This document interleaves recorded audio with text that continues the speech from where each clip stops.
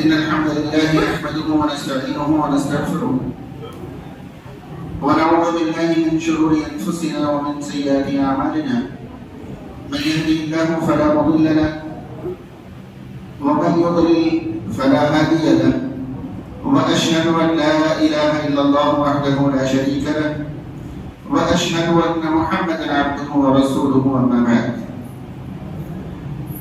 فإن خير الحديث كتاب الله وخير الهدي هدي محمد صلى الله عليه وسلم وشر الأمور محدثاتها وكل محدثة بدعة وكل بدعة ضلالة وكل ضلالة في النار. فأعوذ بالله من الشيطان الرجيم. بسم الله الرحمن الرحيم. يا أيها الذين آمنوا اتقوا الله حق تقاته ولا تموتن إلا وأنتم مسلمون. يا أيها الناس اتقوا ربكم الذي خلقكم من نفس واحدة وخلق منها زوجها وبث منهما رجالا كثيرا ونساء واتقوا الله الذي تساءلون به والأرحام إن الله كان عليكم رقيبا. يا أيها الذين آمنوا اتقوا الله وقولوا قولا سديدا يصلح لكم أعمالكم ويغفر لكم ذنوبكم ومن يطع الله ورسوله فقد فاز فوزا عظيما. وقال تعالى في موضع آخر: يا أيها الذين آمنوا اتقوا الله ولتنظر نفس ما قدمت لغد واتقوا الله إن الله خبير بما تعملون. محترم صدر مجلس، علماء کرام، حاضرین محفل، تعریف و توصیف کی تمام قسمیں خالص اللہ رب العالمین کے لیے لائق و مناسب ہیں. درود و سلام نازل ہو اللہ کے آخری رسول محمد رسول اللہ صلی اللہ علیہ وسلم پر. اللہم صلی علی محمد وعلی آل محمد کما صلیت علی ابراہیم وعلی آل ابراہیم انک حمید مجید. اللہم بارک علی محمد وعلی آل محمد كما باركت على ابراہیم وعلى آل ابراہیم انک حمید مجید. حاضرین، میں بھی آپ تمام سے گزارش کروں گا کہ جتنا ممکن ہو سکے خوب آگے بڑھ کر بیٹھ جائیں اور خالی جگہ پیچھے چھوڑ دیں تاکہ آنے والوں کو کوئی دشواری نہ ہو. ادھر کافی جگہ خالی ہے، بالکل آگے بڑھ کر خوب جگہ پر کر کے بیٹھ جائیں.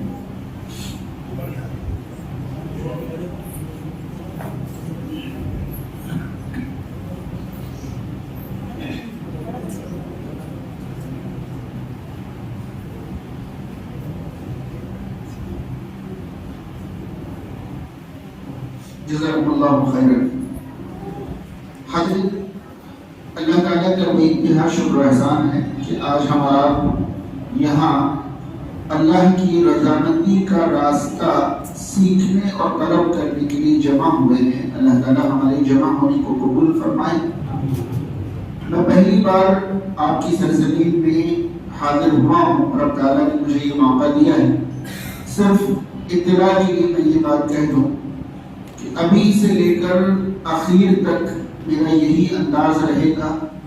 میں صرف اپنے ذہن میں موجود باتیں آپ کے ذہن میں ڈالنے کی کوشش کروں گا. پوری گزارش ہوگی کہ آپ باتوں پر توجہ دیں، غور سے سنیں، ایک دوسرے کے ساتھ باتوں کو جوڑنے کی کوشش کریں. انشاءاللہ ایک مکمل بحث اور مکمل خلاصہ سمجھ میں آئے گا. انشاءاللہ میری گفتگو ایسی ہی رہے گی جیسے اب ہے. میں آپ سے بات چیت کروں گا، کچھ سمجھنے سمجھانے کی کوشش کروں گا انشاءاللہ. آپ نے شیخ محترم سے سنا کہ آج کی خطاب کا عنوان ہے فکر آخرت. فکر آخرت. قبل اس کے کہ میں اس عنوان پر کچھ بولوں، ایک تمہید ہم سب کے ذہن میں ہونی چاہیے. اللہ رب العالمین نے قرآن مجید سورۃ الحشر کی آیت نمبر 18 کے اندر ارشاد فرمایا: یا ایھا الذین آمنوا اتقوا اللہ، اے وہ لوگوں جو ایمان لائے ہو اللہ سے ڈرو. اے وہ لوگوں جو ایمان لائے ہو اللہ سے ڈرو. وَلْتَنْظُرْ نَفْسٌ مَا قَدَّمَتْ لِغَدٍ، اور ہر شخص دیکھ لے، سوچ لے، فکر کر لے کہ اس نے کل کے لیے کیا آگے بڑھایا ہے. وَلْتَنْظُرْ، خوب دیکھ بھال لے، خوب فکر کر لے، سوچ لے، نفس، ہر نفس ما قدمت، جو اس نے آگے بڑھایا ہے، لغد، کل کے، واتقوا اللہ، اور اللہ سے ڈرو، ان اللہ خبیر بما تعملون، بے شک اللہ خوب خبر رکھنے والا ہے جو تم کرتے ہو۔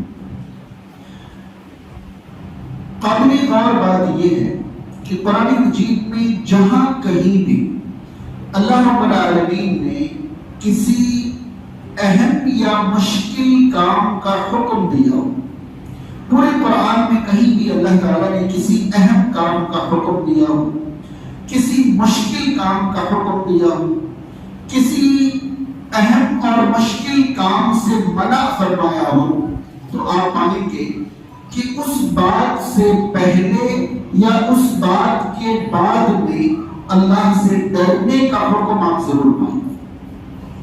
بات سمجھ رہے ہیں؟ جب بھی اللہ تعالیٰ کوئی اہم کام کا حکم دینا چاہتا ہے، یا تو پہلے فرماتا ہے کہ اللہ سے ڈرو اور ایسا کرو، یا پھر یہ فرماتا ہے کہ ایسا کرو اور اللہ سے ڈرو، یا پھر یہ فرماتا ہے ایسا نہ کرو اور اللہ سے ڈرو، یا پھر فرماتا ہے کہ اللہ سے ڈرو اور ایسا نہ کرو، یعنی کسی بھی حکم اور منع سے پہلے یا بعد میں اللہ سے ڈرنے کا حکم دیا جانا، یہ قرآن مجید کا انداز خطاب۔ معلوم یہ ہوا کہ اس طرح کے کام اللہ سے ڈرے بنا کیے نہیں جا سکتے، یا اس طرح کی چیزوں سے اللہ سے ڈرے بنا بچا نہیں جا سکتا۔ لیکن قابل غور یہ ہے کہ قرآن مجید میں بہت کم ایسی آیتیں، بہت کم ایسی آیتیں، بہت نہ کے برابر ایسی آیتیں ہیں جس میں ایک ہی بات پر اللہ تعالیٰ نے 2 بار اللہ سے ڈرنے کا حکم دیا۔ فرق سمجھ میں آئے؟ یعنی بات ایک ہی بتائی ہو، لیکن اسی بات پر 2 بار اللہ سے ڈرنے کا حکم دیا ہو، ایسی آیتیں قرآن مجید میں نہ کے برابر ہیں، جن میں سے ایک آیت وہ ہے جو میں نے آپ تک پہنچا دی۔ سورۃ الحشر جو کہ 28ویں پارے میں ہے، سورۃ الحشر کی یہ آیت نمبر 18 ہے، شاید آپ نے غور نہیں کیا، دوبارہ غور کریں۔ یا ایھا الذین آمنوا اتقوا اللہ، اے وہ لوگوں جو ایمان لائے ہو اللہ سے۔ ابھی اصل بات نہیں بتائی گئی، پہلے ہی اللہ سے ڈرنے کا حکم دے دیا گیا، اے وہ لوگوں جو ایمان لائے ہو اللہ سے ڈرو۔ وَلْتَنظُرْ نَفْسٌ مَا قَدَّمَتْ لِغَدٍ، ہر شخص سوچ لے کل کے لیے کیا بھیجا ہے، یہ اصل بات۔ ہر شخص سوچ لے کل کے لیے کیا بھیجا ہے، اس کے بعد کیا ہے، وَاتَّقُوا اللَّهَ، اور اللہ سے ڈرو۔ بات ایک ہی، حکم ایک ہی ہے کہ کل کی فکر کر لو، لیکن پہلے بھی اللہ سے ڈرنے کا حکم ہے، بعد میں بھی اللہ سے ڈرنے کا۔ مطلب یہ ہوا کہ فکر آخرت اللہ کے ڈر کے بنا عمل کی شکل اختیار نہیں کر سکتی۔ فکر آخرت اللہ کے ڈر کے بنا عمل کی شکل اختیار۔ آپ ایک بے نمازی کو پکڑیں اور اس سے پوچھیں کہ قیامت کے دن اللہ کے سامنے آپ کو حاضر ہونا ہے، کیا جواب ہوگا، ہاں یا نہیں؟ بے نمازی ہے لیکن جواب یہ ہوگا کہ ہاں مجھے حاضر ہونا ہے۔ تو آپ کو اس بات کی فکر نہیں ہے؟ ہاں فکر تو ہے۔ جب فکر ہے تو تیاری کیوں نہیں ہے؟ کیونکہ فکر اور تیاری کے بیچ میں اللہ کا ڈر غائب۔ فکر تو ہے لیکن فکر عمل کی شکل جبھی اختیار کرے گی جب فکر کے ساتھ اللہ کا ڈر ہو۔ اسی لیے اللہ نے فرمایا اللہ سے ڈرو اور سوچ لو کل کے لیے کیا بھیجا ہے، پھر اللہ سے ڈرو کیونکہ وہ تمہارے اعمال کی بہت اچھی طرح خبر رکھنے والا ہے۔ ایک اور بات بہت اچھی طرح سن لیں، کل کی فکر جو اس آیت میں کہا گیا ہے کہ ہر شخص فکر کر لے کہ اس نے کل کے لیے کیا بھیجا ہے۔ بہت اچھی طرح یہ سن لیں کہ انسان کے ذہن میں جس دن ذمہ داری کا احساس اور ذمہ داری کا خیال آ جاتا ہے اسی دن سے اسے کل کی فکر لگ جاتی. دل سے سنیں، اور میں بار بار گزارش کروں گا کہ ہر بات بہت غور سے سنیں، سمجھنے کی کوشش کریں، انشاءاللہ ایک نتیجہ آپ نکال پائیں. دنیا میں ہر شخص کل کی فکر میں مبتلا ہو جاتا ہے اس دن سے جس دن اسے ذمہ داری کا احساس ہوتا ہے. اور یہ ذمہ داری کا احساس کبھی کبھار 10 11 12 سال کی عمر میں بھی ہو سکتا ہے. ذمہ داری کا احساس کبھی کبھی 10 11 12 سال کی عمر کے بچے کو بھی ہو سکتا ہے. اور کبھی ذمہ داری کا احساس پیدا ہونے میں 40 45 50 سال بھی لگ سکتا ہے. آپ پائیں گے کہ ایک آدمی جو اپنی بیوی اور معصوم بچوں کو چھوڑ کر جوانی میں فوت ہو گیا، اس کا بڑا بیٹا اگر 10 سال کا بھی ہے تو اسے کل کی فکر لگ گئی. کیوں؟ ذمہ داری کا احساس پیدا ہو گیا کہ اب ہمارے سر کا سایہ اٹھ چکا ہے، مجھے ماں کو بھی پالنا ہے، بھائی بہن کو بھی پالنا ہے، اور سب کے مستقبل کی تیاری کرنی ہے. 10 سال کا ہی کیوں نہ ہو، 15 سال کا ہی کیوں نہ ہو، اسے کل کی فکر لگ جاتی. اور ایک بہت خوشحال گھرانے کا 40 45 سال کا بھرا ہوا انسان بھی کھیل تماشوں میں اپنی زندگی گزار رہا ہوتا ہے. کیوں؟ ذمہ داری کا احساس ہے ہی نہیں، کسی چیز کی کمی ہے ہی نہیں. تو ذمہ داری کا احساس جو ہے کل کی فکر دلاتی ہے. تو ہم تمام کو یہ بھی دیکھنا ہے کہ ہمیں اپنی ذمہ داریوں کا احساس ہے یا نہیں ہے. کیونکہ کل کی فکر نہ ہی عمر سے آتی ہے نہ ہی ڈگری سے آتی ہے. کل کی فکر تو صرف ذمہ داری کے احساس سے آتی ہے. آئی بات سمجھ میں آئی؟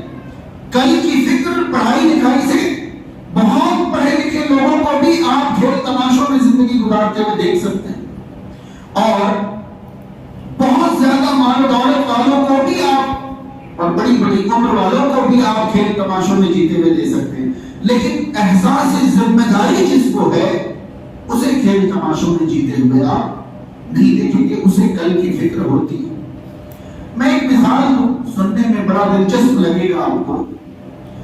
کچھ ماں باپ اپنے جوان بچوں کی لاپرواہی سے پریشان ہوتے ہیں تو کہتے ہیں پکڑ کر شادی کرا تو خود عقل ٹھکانے آ جائے. سنا ہے ہم لوگوں نے؟ نہیں سنا. کیوں کہتے بھائی آج وہ لاپرواہ ہے، شادی کرا تو عقل ٹھکانے. کیوں؟ کیونکہ شادی کراتی اس کو ذمہ داری کا احساس ہو جائے گا کہ ابھی تک تو میں اکیلا تھا، آتا تھا، کھاتا تھا، ہاتھ دھو کر باہر نکل جاتا تھا. اب صبح شام بیوی کہے گی یہ لا کر دو، وہ لا کر دو، یہ کہاں سے آئے گا، وہ کہاں سے. اب اسے لگے گا کہ میرے اوپر کسی کی ذمہ داری ہے، اور ابھی وہ ٹھیک سے سمجھ نہیں پائے گا، 2 کے بجائے 3 کی ذمہ داری آ جائے گی. جیسے جیسے ذمہ داری بڑھے گی کل کی فکر اس کو لگ جائے گی. تو یہ ہمارے معاشرے میں باقاعدہ کہا جاتا ہے کہ شادی کرا تو بہت بہت رہا ہے، بہت چھٹا گھوم رہا ہے، اس کی شادی کرا تو اس کو خود سمجھ میں آ جائے گا سب کچھ. یہ میں صرف اس لیے بتانا چاہتا تھا کہ کل کی فکر کے لیے عمر، صلاحیت، مال و دولت کچھ بھی معیار نہیں ہے. معیار ہے احساس ذمہ داری. اب ایک تیسری بات سنیں، اور یہ تیسری بات پہنچانے کے لیے ہی میں آپ کے درمیان حاضر ہوا ہوں. جن لوگوں کے ذہن و دماغ میں کل کی فکر ہے ان کا کل، میں پھر سے گزارش کروں گا کہ بہت دھیان سے یہ باتیں سنیں، انشاءاللہ بات سمجھ میں آئے گی. جن کے ذہن و دماغ میں بھی کل کی فکر ہے ان کا کل وہاں جا کر ختم ہو جاتا ہے جہاں سے اللہ تعالی کا کل شروع. نہیں آئی بات سمجھ؟ جن کے ذہن و دماغ میں کل کی فکر ہے ان کا کل وہاں جا کر ختم ہو جاتا ہے جہاں سے اللہ تعالی کا بتایا ہوا کل شروع ہوتا ہے. بس یہاں آ کر سب سے بڑی چوک ہم کر جاتے ہیں. بچپنا تھا، گزر گیا، نوجوانی میں بھی خطائیں کر لی. جب ذمہ داری کا احساس ہوا تو کل کی فکر لگی، اور ہماری کل کی فکر کیا ہے؟ میرا الگ گھر کیسے بنے گا، بہترین تجارت کیسے ہوگی، بچوں کو اچھی تعلیم کیسے دلوا دوں، ان کا مستقبل کیسے روشن کر دوں، ان کی شادیاں کروا دوں، بڑھاپے میں کس طرح کوئی پریشانی نہ ہو، آخری عمر میں کوئی دشواری نہ ہو۔ ہماری کل کی فکر موت تک رہتی ہے، یعنی ہم جو کل کی فکر کرتے ہیں وہ کہاں تک کی ہوگی؟ موت تک کی۔ اور قرآن مجید نے جس کل کی فکر کی بات کہی ہے اس کا پہلا دن ہی موت کے بعد، یعنی ہمارا کل وہاں جا کر ختم ہو جاتا ہے جہاں سے قرآن کا کل شروع ہوتا ہے۔ لہذا لاکھوں کروڑوں فکر مند لوگوں کو آپ پائیں گے کہ موت سے پہلے پہلے کے کل کی فکر میں تو ڈوبے ہوئے، لیکن قبر میں کیسے وقت گزرے گا، حشر میں آسانی کیسے ہوگی، میزان میں میرا کیا حال ہوگا، پل صراط کیسے پار کر پاؤں گا، میرا ٹھکانہ اور میرا انجام کیا ہوگا، یہ والی کل کی فکر بہت۔ اب بتائیں قرآن مجید کی وہ آیت میں دوبارہ پڑھوں، اے وہ لوگوں جو ایمان لائے ہو اللہ سے کرو، اور ہر شخص دیکھ لے اس نے کل کے لیے کیا بھیجا ہے۔ یہ کون سا کل ہے؟ ہمارا والا یا قرآن والا؟ کون سا والا کل ہے؟ یہ ہمارا کل نہیں ہے کہ میری ایک منزل دو منزل کیسے ہو جائے گی، میری ایک گاڑی دو گاڑی کیسے ہو جائے گی، میرے جائیداد کافی کیسے بڑھ گئے۔ یہ ہمارے والے کل کی فکر کی بات نہیں چل رہی ہے۔ ہم جس کل کی فکر میں لگے ہوئے ہیں وہ کل تو جیسے تیسے گزر جائے گا۔ قرآن جس کل کی فکر کی بات کرتا ہے وہ جیسے تیسے نہیں گزر سکتا، اس کے لیے مکمل تیاری کی ضرورت ہے۔ اس تیاری کے بنا اس کل میں ہمارے لیے کوئی چارہ نہیں، کوئی راستہ نہیں۔ بات اتنی سمجھ میں آ گئی؟ یہ تمہید تھی۔ آئیے ہم اصل بات کی طرف بڑھیں۔ اس کل کو ہم آخرت کا نام دے لیں، ہمارا عنوان بن جائے گا فکر آخرت۔ اس کل کو ہم کیا نام دے لیں؟ آخرت کا نام دے دیں، اور اسی کل کی فکر میں لگ جائیں تو عنوان فکر آخرت ہو گیا۔ اب ہم آخرت کو دو حصوں میں تقسیم کریں۔ آخرت کو کتنے حصوں میں تقسیم کریں؟ دو حصوں میں۔ آخرت کا پہلا حصہ قبر کا مرحلہ ہے، اور آخرت کا دوسرا حصہ حشر کا مرحلہ ہے۔ آخرت کا پہلا حصہ قبر کا مرحلہ ہے، اور آخرت کا دوسرا حصہ جو ہے وہ حشر کا مرحلہ۔ آئیے ہم قبر کے مرحلے کو سمجھ لیں۔ یقین جانیں اگر صاف ذہن اور عمل کی نیت سے آج کی باتیں ہم نے سن لی تو ہماری پوری زندگی کے لیے یہ چند باتیں کافی ہوں گی انشاءاللہ۔ میں دلائل پیش کرنے کے بجائے آسان لفظوں میں آپ کو اپنا مقصد سمجھانے کی کوشش کرتا ہوں انشاءاللہ۔ ہم سب جانتے ہیں قبر میں دفن ہونے کے بعد اللہ کے دو فرشتے میت کو جگا کر سوال کرتے ہیں۔ معلوم ہے ہمیں قبر میں میت سے کیا ہوتا ہے؟ سوال ہوتا ہے۔ کتنے سوال ہوتے ہیں؟ کتنے سوال ہوتے ہیں؟ تین۔ ویسے علماء کرام نے ایک چوتھے سوال کا بھی ذکر کیا ہے، مگر وہ چوتھا سوال نہیں ہے بلکہ ان تینوں سوالوں کی وضاحت ہے۔ تو سوال تو یہ تین ہی ہے۔ پہلا سوال کیا ہے؟ من ربک، تمہارا رب کون؟ دوسرا سوال ہے ما دینک، تمہارا دین کیا تھا؟ اور تیسرا سوال ہے من نبیک، تمہاری نبی کون تھے؟ یقین مانیں اگر آپ ان تین سوالوں پر غور کر لیں تو آپ کو اندازہ ہو جائے گا کہ یہ تین سوال نہیں ہے، یہ تو انسان کی پوری زندگی کا حساب ہے تین جملے میں۔ پہلے قبر کے سوال سے پہلے میرا آپ سے ایک سوال، قبر میں جو سوال ہوں گے، بہت دھیان سے میرا سوال سنیں، قبر میں جو سوال ہوں گے ان سوالوں کا جواب ہمارا علم دے گا یا ہمارا عمل؟ کون دے گا؟ عمل۔ اسی لیے اگر کوئی ان سوالوں کا جواب رٹ لے، ان سوالوں کے جواب کا علم حاصل کر لے، وہ علم وہاں کا بات سمجھیں، قبر کے سوالوں کا جواب ہمارا علم نہیں دے گا، ہمارا عمل دے گا۔ سوال اور جواب سمجھ میں آیا؟ قبر کے سوالوں کا جواب ہمارا، کوئی پوری زندگی رٹے، آسان تو سوال ہے، فرشتے کہیں گے من ربک، میں کہہ دوں گا ربی اللہ، یاد کر لو، اچھی طرح یاد کر لو، لیکن آپ نے جو یاد کیا ہے یہ آپ کا علم ہے، اور وہاں جو جواب چاہیے وہ آپ کے علم سے نہیں چاہیے، وہاں تو جواب آپ کے عمل۔ سمجھ میں آئی بات؟ اسی بات کو اور آگے سمجھیں، قبر کے سوالوں کا جواب آپ کی زندگی کے کتنے دنوں کا عمل دے گا؟ ایک دن، ایک ہفتہ، ایک مہینہ، ایک سال، یا پوری زندگی کا عمل؟ سوال نہیں سمجھ میں آیا گیا؟ قبر کے سوالوں کا جواب علم نہیں عمل دے گا، یہ تو بات سمجھ میں آئے گی؟ کتنے دنوں کا عمل یہ جواب دے گا؟ زندگی بھر کا عمل۔ اب تو ٹھیک ہے نا، ایک دن کا عمل قبر کے سوالوں کا جواب نہیں دے سکتا، ہفتے مہینے کا عمل قبر کے سوالوں کا جواب نہیں دے سکتا۔ قبر کے سوالوں کا جواب ہماری پوری زندگی کا عمل دے گا، یا زیادہ سے زیادہ ہم یہ کہہ سکتے ہیں ہماری زندگی کے آخری ایام کا عمل قبر کے سوالوں کا جواب۔ یہی ہے نا؟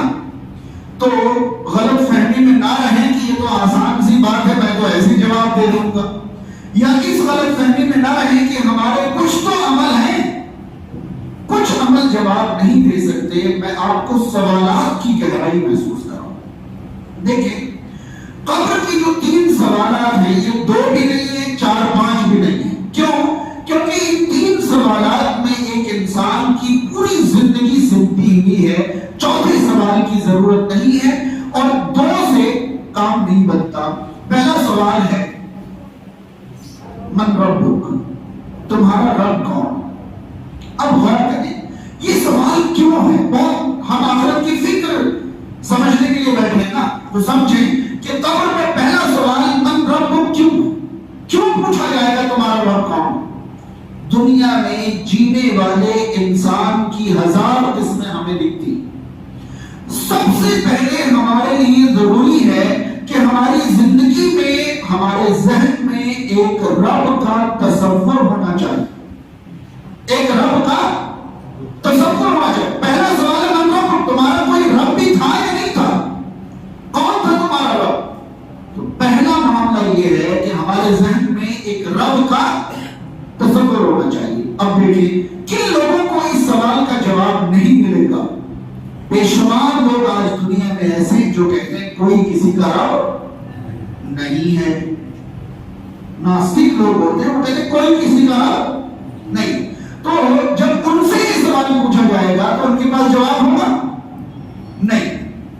اچھا، بے شمار لوگ ایسے جو آستک ہیں، جو دین اور دھرم کو ماننے والے ہیں، لیکن وہ اپنا رب اللہ کے بجائے کسی اور کو مانتے ہیں۔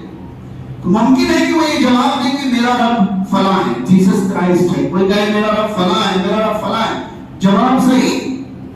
جو ناستک ہے ان کے پاس تو جواب ہی نہیں ہوگا، اور جو مسلم نہیں ہے ان کا جواب صحیح نہیں ہوگا۔ ہم میں سے جو لوگ بھی 2-4 کلاس میں پڑھے ہوئے ہوں گے، ہم کبھی بھی زندگی میں ایگزام دیتے ہیں تو ہمارے سامنے جو سوال آتے ہیں اس کے لیے 2 شرط ہیں۔ پہلی شرط یہ کہ ہم جواب دیں، اور دوسری شرط ہے کہ جواب کیسا دیں؟ صحیح دیں۔ جواب نہیں دیں گے تو بھی مارکس نہیں ملیں گے، اور اتنا لمبا جواب دے دیں مگر وہ جواب صحیح نہیں ہو تو آپ کی سیاہی، آپ کی محنت اور آپ کی کاپی بھرنے کا کوئی مطلب نہیں ہے۔ تو جواب بھی ہونا چاہیے اور صحیح بھی ہونا چاہیے۔ تو جو ناستک ہے ان کے پاس اس سوال کا جواب نہیں ہوگا تمہارا رب کون ہے، اور جو مسلم نہیں ہے ان کے پاس جو جواب ہوگا وہ جواب صحیح نہیں ہوگا، کیونکہ کائنات کا رب صرف اور صرف اللہ۔ اب بات سمجھ میں آ رہی ہے؟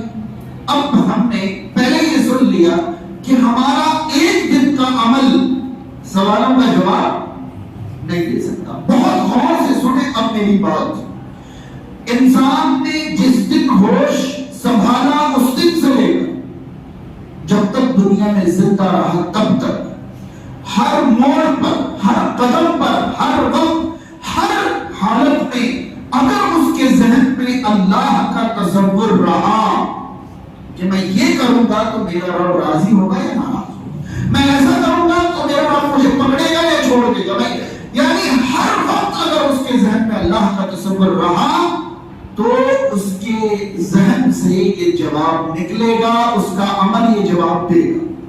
اب مجھے بتائیے کتنے لوگ ہیں جن کی زندگی میں رب کا تصور موجود ہے، لگے ہوئے منمانی کرنے میں، اپنی مرضی کی زندگی گزارنے میں، دور دراز تک کہیں احساس بھی نہیں ہے کہ کوئی میرا رب ہے جو مجھے کرتے ہوئے دیکھ رہا ہے، جو مجھے پکڑے گا، میرا حساب دے گا. یہ تصور. مجھے بتائیں ایک آدمی جب کسی کو دھوکہ دیتا ہے اس وقت اگر اس کے ذہن میں رب کا تصور ہو تو وہ دھوکہ دینے کی ہمت کرے گا؟ نہیں کر سکتا، نہیں کر سکتا. وہ دھوکہ دے رہا ہے، اس کا مطلب رب کا تصور اس کے ذہن میں نہیں ہے. تو پہلا سوال تمہارا رب کون ہے، یعنی رب کا تصور اگر زندگی کا حصہ نہیں ہے تو اس سوال کا جواب ہمارے پاس. اب آگے بڑھی. اگلا سوال ہے ما دینک، تمہارا دین کیا تھا؟ یہ سوال کیوں ہے؟ اس لیے کہ اگر آپ نے صحیح رب چنا ہے، بہت دھیان سے سنیں، اگر آپ نے صحیح رب چنا ہے لیکن رب کو راضی کرنے کا صحیح طریقہ نہیں چنا ہے تو رب آپ سے راضی نہیں ہوگا.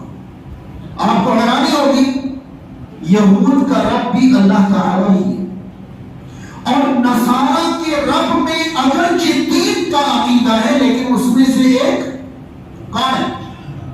تو نصارہ کا رب بھی اللہ، یہود کا رب بھی اللہ، لیکن انہوں نے اللہ کو راضی کرنے کے لیے جو دین اختیار کیا، جو طریقہ اختیار کیا وہ صحیح نہیں ہے، لہذا ان کا دین وہاں مقبول.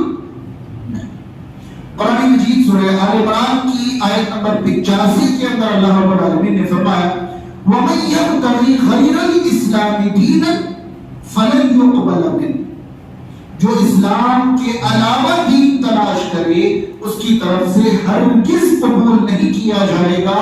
وَهُوَ فِي الْآخِرَةِ مِنَ الْخَاسِرِينَ، اور وہ آخرت میں خسارہ پانے والوں میں سے ہوگا. اور آخرت میں خسارہ نقصان کا ایک ہی مطلب ہے، جنت سے محروم ہو جانا، جہنم میں چلا جانا. بات سمجھ میں آ گئی؟ اللہ کا تصور میرے دل میں بھی ہے، یہود و نصارہ کے دل میں، لیکن اللہ کو راضی کرنے کے لیے میں نے جو طریقہ اپنایا ہے وہ طریقہ اسلام ہے، جس کے بارے میں رب نے فرمایا کہ جو اسلام کے علاوہ طریقہ اپنائے وہ قبول.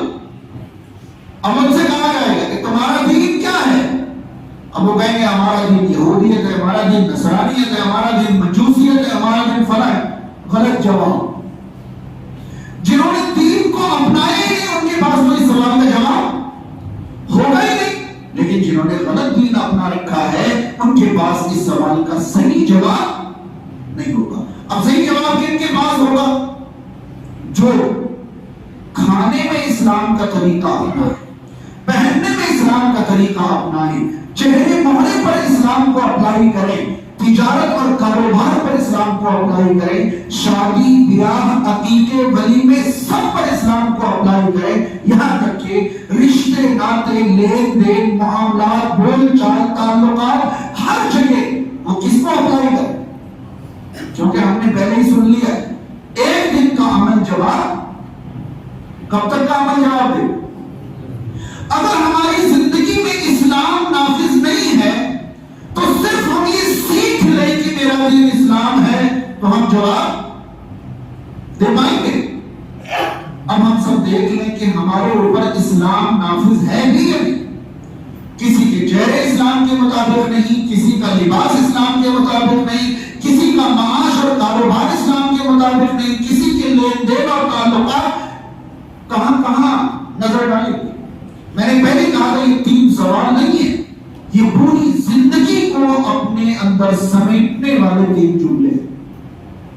رب کا تصور نہیں تو من ربک کا جواب نہیں. اسلام زندگی پر نافذ نہیں ہے تو ماں دینک کا جواب نہیں. تیسرا سوال کیا ہے؟ من نبی تمہارے. اب آتی ہے اصل باری جو میں سمجھانا چاہتا ہوں آپ کو.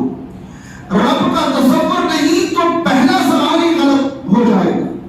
اور اگر رب کے تصور کو اسلام کے ذریعے ہم عمل کا ذریعہ نہ بنائے تو دوسرے سوال میں اب اسلام کے نام پر کس کے طریقے کو آپ نے اپنایا تھا یہ ثابت کرنے کے لیے تیسرا سوال ہوگا من نبی تمہارے نبی کون ہے؟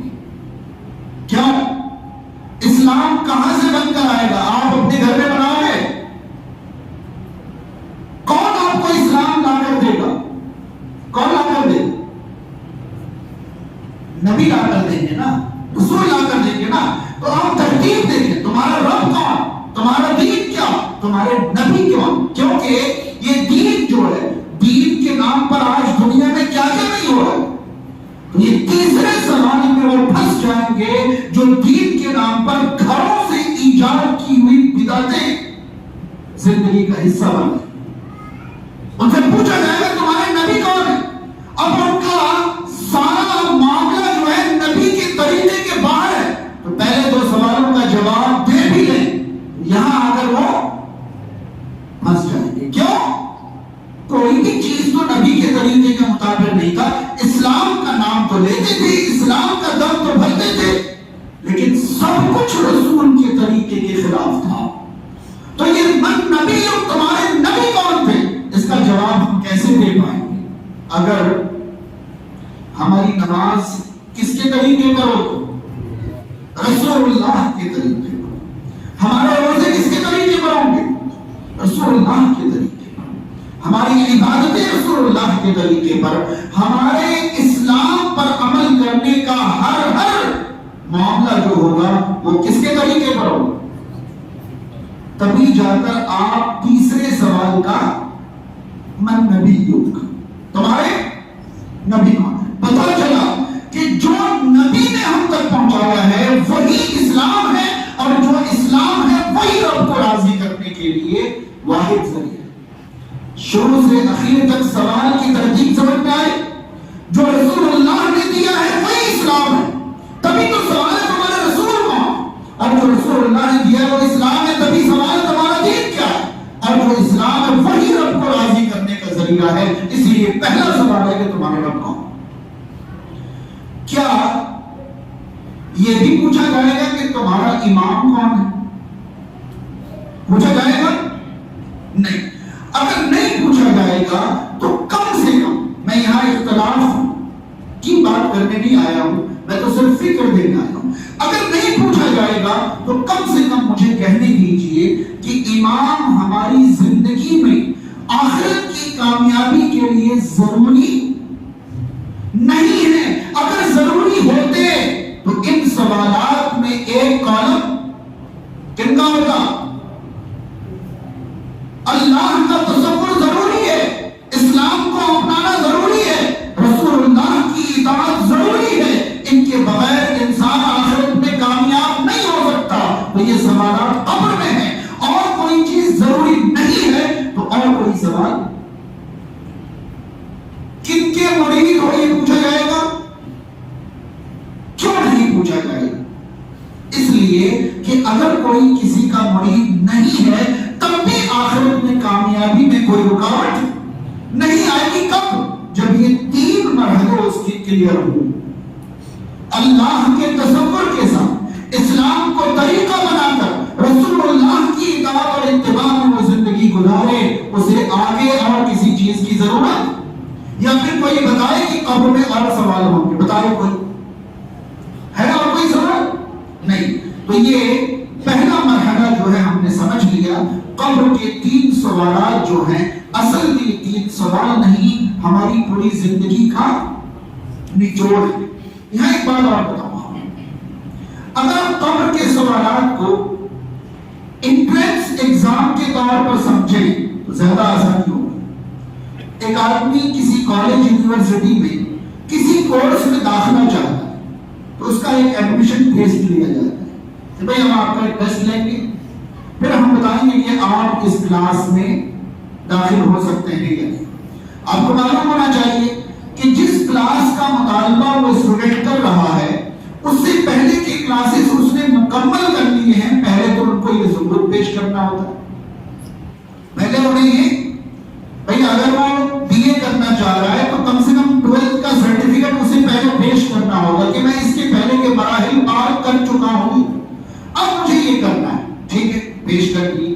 اب اس کے بعد ان سے ایگزام لیا جاتا ہے، وہ ایگزام اسکول کے پہلے دن سے لے کر 12ویں کے آخری دن تک جو بھی اس نے پڑھا ہے اس میں سے کہیں سے بھی کچھ بھی اس سے پوچھا جا سکتا ہے۔ اصل میں اس دن تک کی تعلیم کا ایک نچوڑ اس سے نکالا جاتا ہے کہ جو بھی اس نے آج تک پڑھا ہے کچھ ہے اس کے اندر یا نہیں۔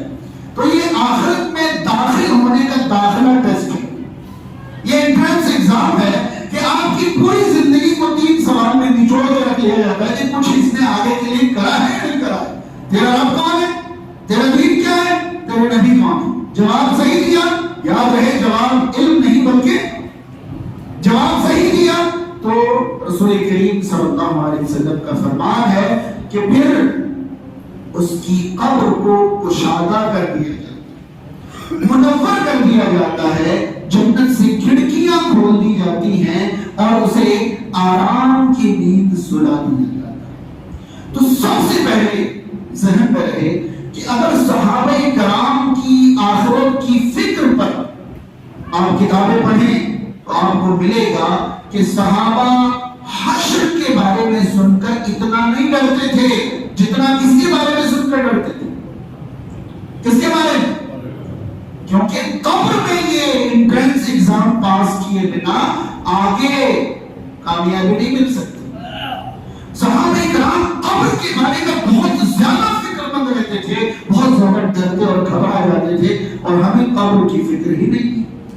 اس کے بعد آگے بڑھے، آخرت کو انسان آج مرا، قبر میں انتظار کا مرحلہ اس دن ختم ہوگا جس دن سور پھونکا جائے۔ سور پھونکے جانے پر دنیا کے سارے لوگ مر جائیں گے، فنا ہو جائیں گے۔